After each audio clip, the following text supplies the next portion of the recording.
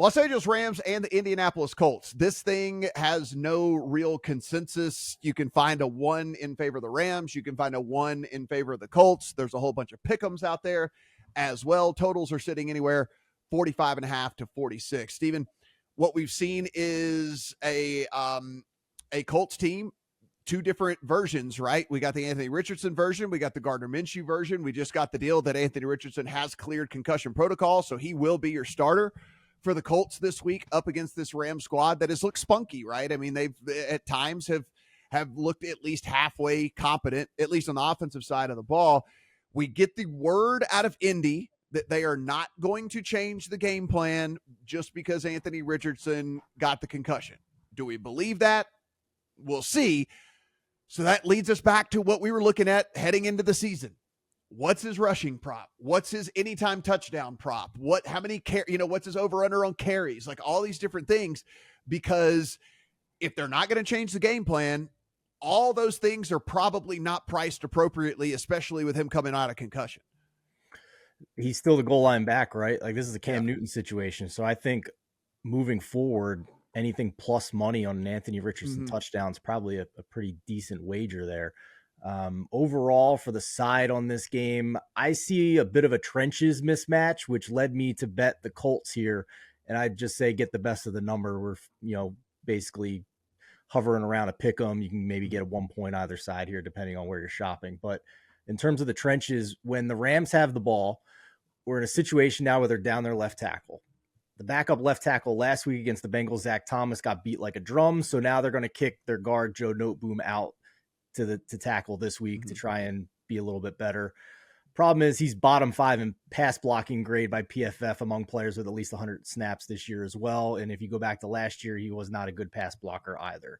Overall, the Rams are 29th along the offensive line in adjusted line yards, 27th in pass block win rate. And you flip to the other side of the line of scrimmage now, the Colts D-line, I was correct in that they did cause issues with a banged up Ravens offensive line last week. And overall, even before that Ravens offensive line was banged up, they still were pretty strong. Top 5 in adjusted sack rate, top 10 in pass rush win rate on the year. I don't like that. Looks like DeForest Buckner is going to miss this week. That's a big deal, but I think they have enough against the weak offensive line here with the Rams. When Indy has the ball, I think they can run it down their throat. I really do. The Rams are bottom 5 in rush D, EPA, and DVOA. This has been a multi-year issue with Sean McVay defenses, even when you have Aaron Donald on the field. The Colts have a number 6 pass block and run block win rate offensive line. And the biggest concern I had with Quentin Nelson missing Wednesday and Thursday at practice, he returned to practice today. So it looks like we have a fully intact offensive line for the Colts. And last note here, rough spot for the Rams. Cross country, back-to-back weeks on a short week off Monday Night Football. So yeah, I like the Colts here to kind of just continue and be on the upswing. And I think Steichen has been a really good play caller so far. Adam, if the Colts do pull this out, I think this would be a prime opportunity to come in and then take an in-season under on the Colts, because this is a prime spot for them to get a win. And then there are probably not going to be a ton of those moving forward. I think that this Colts squad is going to be feisty and maybe not necessarily actually winning a bunch of games. We're to the point now, Adam Candy. Puka Nacua, his receiving prop, 6.5 receptions and 71.5 yards.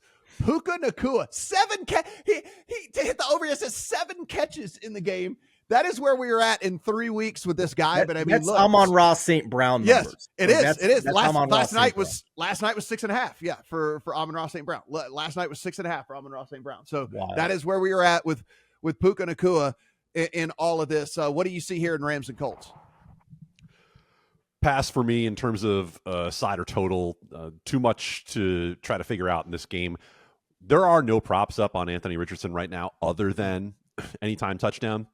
The one I'm seeing at DraftKings is -105, which is probably appropriately priced to be that close to even money number. We got him coming off concussion. We don't know what that means. We've got the Rams in the travel spot that Steven mentioned. I don't love that either. I don't have a lot to get into with this game in particular. I don't really like this game a whole lot from a betting perspective, and so I will skip it. Yeah, shop around. There's a plus 110 out there, anytime touchdown for Anthony Richardson. There's a 7-1 on 2+ touchdowns for Anthony Richardson, and I don't think that is out of the range of outcomes. Not at all in this game. So if you just want to get a juicy one in there that, again, doesn't have to hit very often for you to be profitable, 7-1 on him to score 2 touchdowns in this game.